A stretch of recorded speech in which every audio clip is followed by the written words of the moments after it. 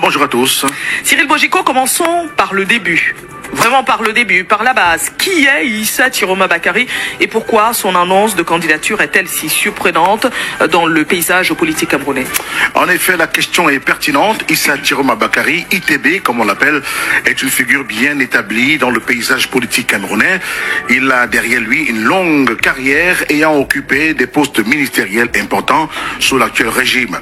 Ce qui surprend, c'est précisément le fait qu'il était jusqu'ici perçu comme un soutien indéfectible, voire un pilier du président Paul Biya et du parti au pouvoir, le RDPC. Sa lettre aux Camerounais et son annonce de candidature à l'élection présidentielle 2025 marquent donc une rupture franche avec cette posture de loyaliste. Il passe ainsi d'un rôle de serviteur du système à celui de challenger direct. Et c'est ce tournant qui est un événement politique majeur et surprenant. Marie-Flore. Mais dans son avant-propos, puisqu'on a reçu cette lettre, M. Tiroma parle de l'élection présidentielle comme d'un rendez-vous intime entre une nation et sa conscience. Quel message envoie-t-il avec cette entrée en matière? C'est une entrée en matière très symbolique qui révèle justement de la haute communication politique comme il sait bien le maîtriser. Il a été ministre de la communication et tous les médias savent à quel point il avait la maîtrise de la langue. En qualifiant l'élection de rendez-vous intime où chaque citoyen interroge son histoire, ses valeurs et son avenir, M. Tiroma cherche à dépasser le cadre d'un simple scrutin technique. Il élève le débat à une dimension morale et historique. Il rappelle la mémoire des femmes et des hommes qui, au péril de leur vie, ont défié l'occupation et l'humiliation, soulignant que leur combat était pour la nation, au-delà des divisions de tribus ou religions. C'est un appel puissant à la conscience citoyenne, à la dignité et à la liberté, en se basant sur l'héritage des pères fondateurs pour donner un sens plus noble et un quasi sacré à la démarche électorale et à son propre engagement politique. Monsieur Tiroma affirme que, je cite, le temps du changement est venu et que le modèle de gouvernance actuel a étouffé les élans de progrès. Comment justifie-t-il cette nécessité de changement? Eh bien, lorsqu'on parcourt ce qu'il a produit, il justifie cette nécessité par un constat extrêmement critique de la situation actuelle du pays. Il déclare que le modèle de gouvernance en place depuis des décennies a paralysé nos institutions et brisé le lien de confiance entre l'État et ses citoyens. Il pèse bien ces mots. Selon son analyse, ce système, jadis perçu comme un rempart de stabilité, a fini par étouffer les élans de progrès. Il dépeint un peuple camerounais à bout. Il étouffe, il souffre, il attend et il espère. C'est ce qu'il dit. Le message est clair. Il est temps de tourner la page, comme il le dit, non pas par désir de brutalité, mais par une nécessité urgente face à un régime à bout de souffle qui entraîne la nation vers un effondrement aussi prévisible qu'inacceptable. C'est une rhétorique forte de rupture qui met en avant l'urgence du changement. Mais Cyril Bojiko, l'ancien ministre, insiste sur le fait que cette transition ne peut venir d'un seul homme, ni d'un seul parti. Comment compte-t-il rassembler ce projet politique, puisqu'il y a déjà d'autres projets dans ce sens? Effectivement, c'est une stratégie de communication visant à positionner ou à se positionner comme un rassembleur et non comme un candidat de division ou d'opportunisme individuel. Monsieur Tiroma reconnaît que le changement doit être porté par un sursaut collectif. Il affirme que le Cameroun de demain se construira ensemble avec toutes les forces vives de la nation. Il tend la main pour sceller un nouveau contrat de confiance et appelle explicitement à ouvrir un dialogue national franc, ouvert et exigeant. Il précise exigeant. En insistant que son projet ne peut le porter seul et qu'il est entre vos mains, c'est ce qu'il dit, il cherche donc à mobiliser une base plus large que celle d'un parti ou d'un clan, invitant chaque citoyen à s'engager, à construire, à rassembler, à oser. Mais Monsieur Issa Tiroma Bakary, Cyril Bojiko, se présente dans cette lettre ouverte aux Camerounais comme un candidat qui a connu le pouvoir, mais qui n'a jamais trahi sa conscience. C'est ce qu'il dit. Quelle légitimité cherche-t-il à se donner à travers cette affirmation? Et c'est là toute la curiosité, Marie-Flore Amassana. En tant que spécialiste de la communication et des médias, je dirais qu'il cherche à opérer un double mouvement. D'une part, M. Tiroma cherche la légitimité de sa candidature par son expérience en politique.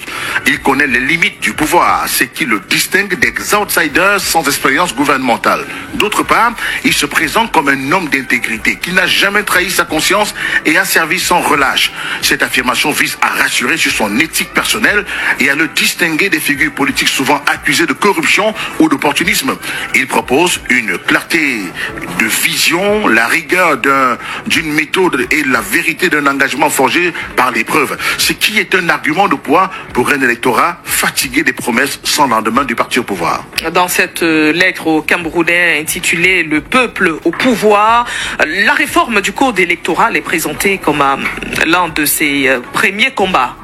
Pourquoi cette priorité donnée à la question électorale alors que nous sommes à 4 mois de la présidentielle? Vous avez absolument bien lu ces 24 pages de la publication de M. Chiroma Marie-Flora Massana, d'où cette question assez cachée dans ses propos.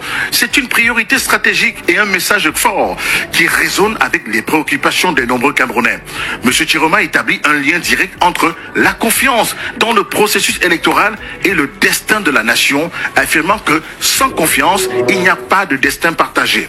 Il martèle que pour que la démocratie soit réelle, il faut que chaque voix compte et que le scrutin soit libre et incontestable. Cette insistance sur la transparence et l'honnêteté des élections répond directement aux critiques récurrentes sur la fiabilité des résultats passés au Cameroun. Il met ici en index les Elecam et rejoint le camp des Maurice Kamto, des Joshua aussi, de Cabral Libi du coin, du moins de la plateforme de Yaoundé. Pour lui, la réforme électorale est la condition sine qua non pour que le principe de pouvoir au peuple devienne une réalité tangible et que l'alternance soit le souffle de la République. Soulignons que Issa Chiroma Bakary, dans cette lettre, le peuple au pouvoir, c'est en 10 points qu'il décline ces différentes offres. Sur le plan de l'unité nationale, il dénonce les discours de haine, de communautarisme, de repli identitaire et bien sûr de tribalisme. Comment compte-t-il garantir cette unité? Il a tout rassemblé. Il est allé dire tout haut tout ce qu'on dit, murmure dans les bars. Il connaît ce que disent les Camerounais et leurs préoccupations. Il aborde l'unité nationale comme un impératif de survie. Il qualifie ses discours de division de poison qui menace de détruire le pacte national. Son engagement est clair. Il sera un garant ferme de l'unité et de l'intégrité du pays et ne cédera ni à la déstabilisation, ni à la division d'où qu'elle vienne. Sa vision est celle d'une république qui reconnaît la richesse de sa diversité et qui garantit à toutes les régions une représentation équitable. Il insiste sur le fait que la mosaïque nationale est notre force et ne doit plus être une fracture. En somme, M. Chiroma prône une unité dans la diversité, loin des divisions qui ont parfois fragilisé le tissu social camerounais en se présentant comme le président de toutes et de tous. D'ailleurs, il le dit en début de cette lettre, il n'y avait ni tribu ni religion comme barrière, il n'y avait que la nation comme foi et comme horizon. Concernant la jeunesse, parce qu'il a également évoqué la jeunesse dans cette lettre, M. Chiroma la qualifie de promesse d'innovation, de transformation. Quelles sont ses principales propositions pour la jeunesse? Il est allé chercher très loin chez les jeunes androïdes, ceux qui ne vont pas dans les meetings et n'ont pas de carte de parti, car il sait que là-bas c'est un vivier électoral. M. Chiroma a bien ciblé sa jeunesse et son cœur du marché. La jeunesse est clairement au cœur de son projet pour l'avenir. M. Chiroma exprime un constat de détresse chez les jeunes et promet qu'ils ne seront plus de simples spectateurs, mais des co-auteurs du changement. Il souhaite les associer directement à la conception et au suivi des politiques publiques. Concrètement, il propose une grande politique de l'innovation centrée sur la jeunesse, utilisant les outils du XXIe siècle comme le numérique, la tech, l'économie verte et l'entrepreneuriat social. Il associe donc la création d'un fonds national d'initiatives jeunes pour financer des start-up et des projets d'avenir. Enfin, il insiste sur une refonte de la formation professionnelle pour l'adapter aux besoins du marché afin que les jeunes soient formés pour entreprendre, innover et agir et non plus pour attendre. Le message est une invitation à la prise de responsabilité et à l'action pour la jeunesse. N'oubliez pas d'où il sort de la formation professionnelle. Mais Cyril Bogico, cette lettre, le pouvoir au peuple, le temps du changement est venu, accorde également une place particulière aux femmes, les qualifiant de piliers silencieux de notre société. Quel engagement prend-il pour les femmes? C'est un vieux routier en politique et dans ces 24 pages, dans tout ce qu'on a pu parcourir, M. Chiroma a montré qu'il est un homme politique aguerri, très avisé et redoutable.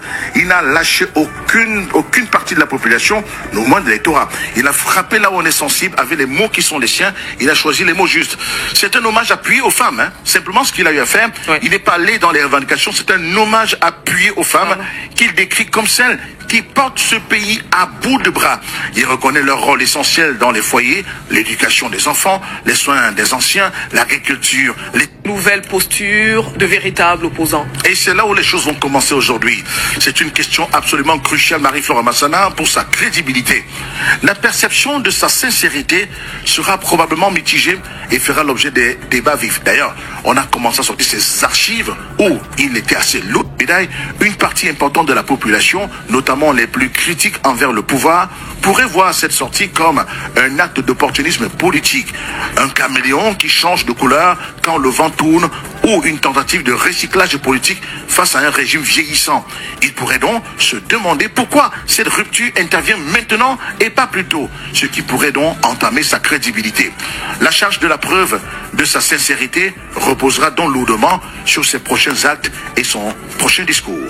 Mais comment cette candidature inattendue pourrait-elle être reçue par les différentes catégories de la population, que ce soit la jeunesse qu'il évoque dans cette lettre, l'opposition traditionnelle et surtout le parti au pouvoir, le RDPC? Eh bien, vous évoquez la 3 dimensions d'appréciation de cette sortie du gouvernement de Chiroma et son positionnement comme candidat à l'élection présidentielle. Marie-Flora Massana, analysons ces différentes perceptions au cas par cas. Pour la jeunesse, certains jeunes avides de changement et souvent désillusionnés par l'absence d'opportunités pourraient être séduits par son discours qui leur promet une place centrale et un fonds national d'initiative jeunesse. Cependant, d'autres jeunes plus radicaux ou n'ayant pas connu son parcours ministériel pourraient le percevoir comme une figure du passé et rester sceptique quant à sa capacité à incarner un véritable renouveau. La question de sa sincérité sera donc très forte chez eux parce que Chiroma est un septuagénaire et va vers les 80 ans. Pour l'opposition traditionnelle, son arrivée est un couteau à double tranchant. J'explique. D'un côté, elle pourrait être vue comme une voix de plus contre le régime en place, potentiellement capable de mobiliser une partie de l'électorat du pouvoir, notamment du Nord. Cela pourrait donc renforcer le camp du changement. D'un autre côté, elle risque de fragmenter davantage l'opposition si une union des forces n'est pas trouvée, affaiblissant ainsi les chances d'une alternance réelle. Certains partis d'opposition pourraient donc le voir comme un adversaire de plus et comme une manœuvre du pouvoir de Yaoundé pour diviser. Maintenant, terminons par le RDPC. Le parti au pouvoir. Pour le RDPC, c'est clairement un signal fort et potentiellement déstabilisant. La sortie d'un ancien ministre loyaliste au président de la République peut créer donc un malaise en interne, soulever des questions sur la cohésion du parti et envoyer un message de fragilité. Ils le percevront notamment probablement comme un traître ou un dissident et chercheront à minimiser l'impact de son départ du gouvernement et de son ralliement à l'opposition, voire à le discréditer en mettant en avant son passé. La communication du RDPC sera très cruciale pour gérer cette fuite d'un ancien allié de poids. Mais pour l'instant, le RDPC ne se prononce pas et observe. Et on attend Sébastien qui n'a encore rien dit. Greg Wawona qui ne s'est pas encore prononcé, même pas sur sa page Twitter comme on le voit habituellement. C'est assez curieux. Assez curieux. Mais toujours est-il, peut-être pour sortir, Cyril, pas pour sortir du sujet, puisque nous y allons rester au courant de cette émission. Édition spéciale, oui. Édition spéciale. Dans l'ensemble, pensez-vous que cette sortie de Issa Chiroma Bakary est perçue comme une démarche politique crédible et réaliste pour le changement, ou plutôt, comme me disait Emmanuel Coco, une manœuvre parmi d'autres dans la perspective de 2025? C'est la question fondamentale, Marie-Flora Massana et Emmanuel Coco Chadouvlademba. La question fondamentale qui déterminera justement la portée de cette candidature de Issa Chiroma Bakary. À mon avis, personnellement, la perception générale sera probablement partagée, reflétant la complexité du paysage politique camerounais. D'abord, la perception du réalisme crédibilité. Une partie de la population pourrait donc trouver son discours réaliste et crédible, notamment ceux qui sont sensibles à l'argument d'un changement sans brutalité et d'une refondation portée sur l'expérience. Le fait qu'il promette des réformes électorales transparentes, honnêtes et incontestables peut rassurer les électeurs sur la possibilité d'une vraie démocratie. Son appel à l'unité et sa dénonciation du tribalisme pourraient donc toucher une corde sensible chez ceux qui aspirent à la cohésion nationale. Maintenant, la perception de manœuvres politiques et de la méfiance du camp de l'opposition, ça, il faut le dire qu'une grande partie des Camerounais habitués au recyclage politique et aux promesses non tenues pourraient donc rester très sceptiques. La lettre est bien construite, mais certains pourraient donc la voir comme un simple exercice de communication politique pour se positionner. La question du financement de sa campagne et justement de sa capacité à mobiliser une base populaire forte et face à un appareil politique aussi bien enraciné que le RDPC et de la réaction du pouvoir en place seront donc autant de facteurs qui alimenteront le scepticisme. Pour beaucoup, le pouvoir de Yaoundé, le pouvoir au peuple est un slogan qu'ils ont déjà entendu par le passé avec le SDF. En définitive, la perception de cette candidature de Issa Chiroma Bakary dépendra, Marie-Flore Massana, dépendra beaucoup de sa capacité à transformer les mots de sa lettre en action concrète sur le terrain et à convaincre l'électorat de la sincérité de son engagement pour le changement. Son parcours passé sera à la fois un atout et un fardeau à gérer. Merci Cyril Bojiko pour cette analyse éclairante et nuancée. En résumé, l'entrée en scène d'Issa Chiroma Bakary avec sa lettre aux Camerounais marque un moment politique fort. Son message est un appel clair à l'alternance et à la refondation de la République, s'appuyant sur son expérience passée tout en critiquant fermement le système actuel. La perception de cette sortie sera diverse entre espoir de changement et scepticisme, soulignant la complexité même du chemin vers 2025. Sinon vers octobre. Un grand merci Cyril Bojiko pour vos respectives. Chers auditeurs, nous poursuivons notre analyse politique ce jour sur Sacré Matin. Restez connectés pour d'autres interventions sur cette sortie du ministre Issa Chiroma Bakary, mais surtout peut-être également cette attente du côté de l'UNDP. Bello Babakary également, samedi ici est parti, entre guillemets, et c'est en train de partir. Bon, ouais, peut-être parti, en téléchargement. Il y a beaucoup de tractations pour lui dire il faut rester, mais il a la pression de sa base, de ses militants. Alors ça, on le sait depuis bientôt 1 an. Le départ de Bello Babakary, il avait déjà dit, je reprends ces termes, dans une communication, dans une conversation en off que nous avons captée, il avait déclaré à certains membres d'un parti politique en disant « Le temps qui me reste à vivre est plus court que celui que j'ai passé dans ce gouvernement. » Ça veut tout dire. Le temps qui me reste à vivre est plus court que celui que j'ai passé dans ce gouvernement. Pour dire, il me reste plus de longs jours à vivre. Donc, j'ai passé toute ma vie dans ce gouvernement. Le peu de temps qui me reste, peut-être, je vais donner un peu plus d'allant à la politique. Donc, ça, on s'attendait plus au départ de Bello que celui de Chiroma. Chiroma a un peu surpris, mais Bello, ça fait aujourd'hui exactement 10 mois que Balafon sait qu'il va partir. Il avait déjà envoyé des prémices à ses amis politiques de l'autre bord, même si aujourd'hui, il n'est pas d'accord avec la vision de ces personnes de la confession musulmane. Il estime que leur programme politique ne cadre pas avec ses valeurs. Et pendant ce temps, cette déclaration sur laquelle on reviendra, notamment de Issa Chiroma Bakary, je cite, pour la première fois depuis l'indépendance, une élection présidentielle pourrait se tenir sans la candidature du président actuel, faisant bien sûr référence à Paul Biya. On en reparle. Il sait bien de quoi il parle et justement il n'est pas le seul. Olivier Bilé-Lagama dit, sera-t-il candidat? Peut-être non. Si oui, il n'y aura pas élection. Bon, allez, c'est complexe. Les amis, j'espère que vous avez bien suivi l'intervention de Cyril Bojiko sur Balafon. Il a essayé de parcourir en détail ce que a dit le ministre Issa Chiroma dans sa lettre aux Camerounais. Voilà, dans sa lettre, il a essayé de détailler certains faits, comment il compte s'y prendre pour apporter et améliorer la condition de vie des Camerounais. Il a parcouru beaucoup de points. Et là, je pense que, comme je vous le disais déjà, les choses sont en train d'aller très très vite. Parce que là, nous attendons demain le 28 juin 2025 pour le congrès du président Bello Boba, qui, selon beaucoup de sources, va aussi, déclarer peut-être sa candidature à l'élection présidentielle, du moins risque également démissionner, selon certaines sources, et je crois le journaliste Cyril Bojiko l'a aussi mentionné.